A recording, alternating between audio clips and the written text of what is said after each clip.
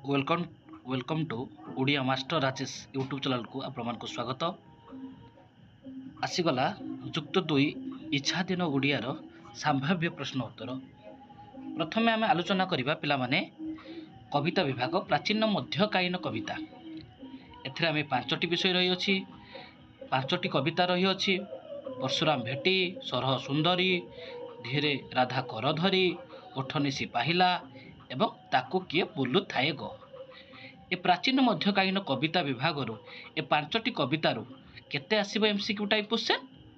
मात्र 3 मार्क। अर्थात तुम्हें परशुराम भेटी हो, सरह सुंदरी, धीरे राधा करधरी, ओठनिसी पाहिला, ताकू किए बुलु थाए गो ए पांचटी कविता विभाग को संपूर्ण भाव विस्तृत भाव पढ़िले बोर्ड परीक्षा रे बा काउंसिल परीक्षा रे मात्र एथिरु 3 मार्क आसीबो एवं गोटे वाक्यर उत्तर दियो 2 मार्क। अर्थात टोटाल बा मोट उपरे 5 मार्क आसीबो।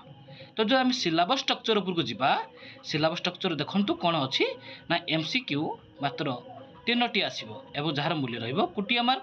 अर्थात 1 3 3 मार्क एवं गोटे वाक्यर उत्तर दियो 2टा आसीबो 2 मार्क। Total 3 2 5 mark. मु पूर्व कहि सारछि, एबे तुमको मते तार सिलेबस स्ट्रक्चर टी तुमको देखाई देली। एबे आमे देरी न करी आरंभ करिया प्रथम आज सेशन प्राचीन मध्यकालीन कविता विभाग, जहाँ आसंता परीक्षा पई बहुत गुरुत्वपूर्ण रहिबो एवं एत मध्यरु आसीबो आमे आशा करूछु। परशुराम भेटी कविता होची परशुराम भेटी, कवि के ना बलराम दास।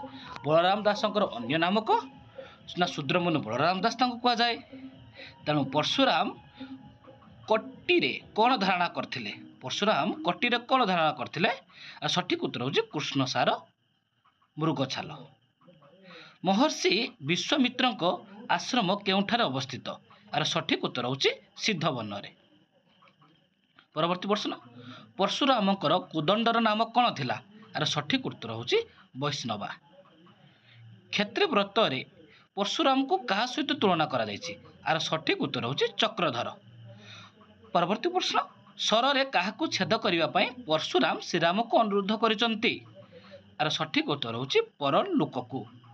गुरुत्वपूर्ण क्वेश्चन, परशुराम भेटी रे गुरुत्वपूर्ण क्वेश्चन, परशुरामंकर धनुर नाम कौन थिला? एबे देखिछो विगत दिन रे प्रश्नटी को बारंबार से पचारे जे परशुराम को धनुर नाम कौन थिला? आर सठिक उत्तर होची वैष्णव। परवर्ती कविता आसिला, कवितार नाम कौन पिले ना सरह सुंदरी। कवि के रे?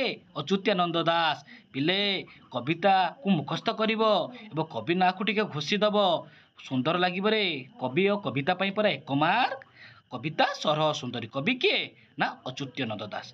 एबे हमें आलोचना करिबा कवि गोविंद को केउथरे विजयी करछंती? गोविंद केउथरे विजयी करछंती? आर सठिक उत्तर होची रत्न दुली रे। परवर्ती क्वेश्चन, सुंदर क्वेश्चन ले सरह सुंदरी किए? ना सरह सुंदरी होचंती जणे दूती। परवर्ती क्वेश्चन, सरह सुंदरी केउ रंगर वस्त्र नित्य परिधान करिथाए? सरह सुंदरी केउ रंगर वस्त्र प्रतिदिन पिंधि थाए रे? सठिक उत्तर होची धला रंग। सुंदर प्रश्न आपण पचारिला से सरह सुंदरी उपरे। सरह सुंदरी मर्त गज को केउथरे बांधि पारे? आर सठिक उत्तर होची मांकड़ सूतारे। गोपरे सरह सुंदरी को समस्त कौन डाकती? गोपरे सरह सुंदरी को समस्त कौन डाकती? श्रद्धारे परा आई डाक देखिले रे पिले, आई आई। मु कहिछि पिला जे कवितार नाम मुखस्थ करदब। ए पचारिला से सरह सुंदरी कवितार कवि किए? आमे परा एबे पढ़ी आसिले जे सरह सुंदरी कविता, सरह सुंदरी कवि किए ना अच्युतानंद दास। परवर्ती क्वेश्चन, कविताटी कविंकर अर्थात सरह सुंदरी कविताटी कविंकर केउ काव्यरु आसी अछि रे? ए हरिवंश काव्यरु।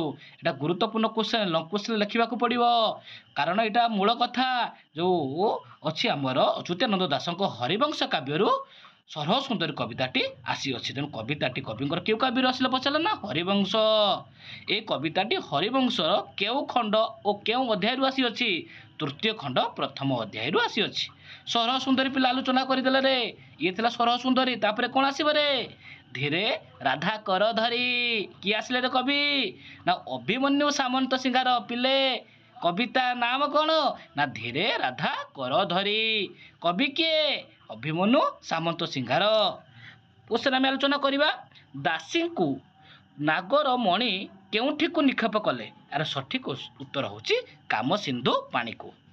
परवर्ती क्वेश्चन पुरंदर किए पुरंदर होचंती परा इंद्र परा इंद्र इंद्र ब्यूटीफुल चंद्र बिना कहार गति नहीं चंद्र बिना चेकारार गति नहीं परवर्ती क्वेश्चन कोटी नागर घात क्या सहित तुलनीय बोली कवि कहते विरह विरह मान विषय पिले कहा तापरे प्रेम कृषि बंची पारिब नाही ज्येष्ठ तापरे प्रेम कृषि बंची पारिब नाही राधांकर प्राणबंधु केउथिरे बा राधांकर प्राणबंधु केउ रीति को दीक्षा करिसंती रे सठिक उत्तर होची नारी मरा नीति को दीक्षा करिसंती काली हेले भी शशी कहा प्रति आदर त्याग करि पारे नाही कहा प्रति रे पिले निशी प्रति परा निशी निशी रे कहार शिष्यता ग्रहण परे कवि प्रतिभार उत्तरण घटीला यार सठिक उत्तर होची सोनांद कवि सूर्य ब्रह्मांकर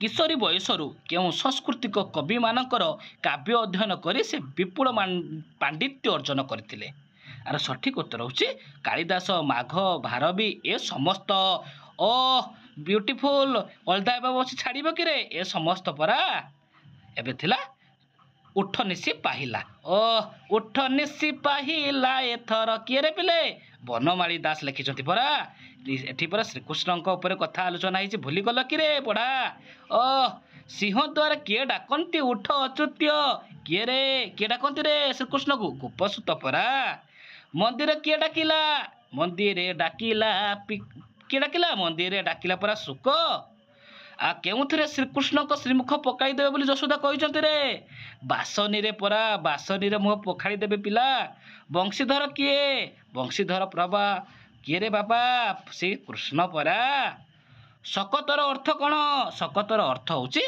शक्तिहीन केउ माने प्रखर भाव रे डाक छाड़िले केउ माने डाकिले ना कुकुट बा कुकुड़ा नदी कूल को कौन नहीं कृष्ण आहार करेंगे दधी अन्न से पूरा भल पाउले दधी अन्न को शीघ्र सज्जा त्याग न कले कौन उच्छर हम गोगोष्ठ उच्छर पूरा गोगोष्ठ नहीं जीवे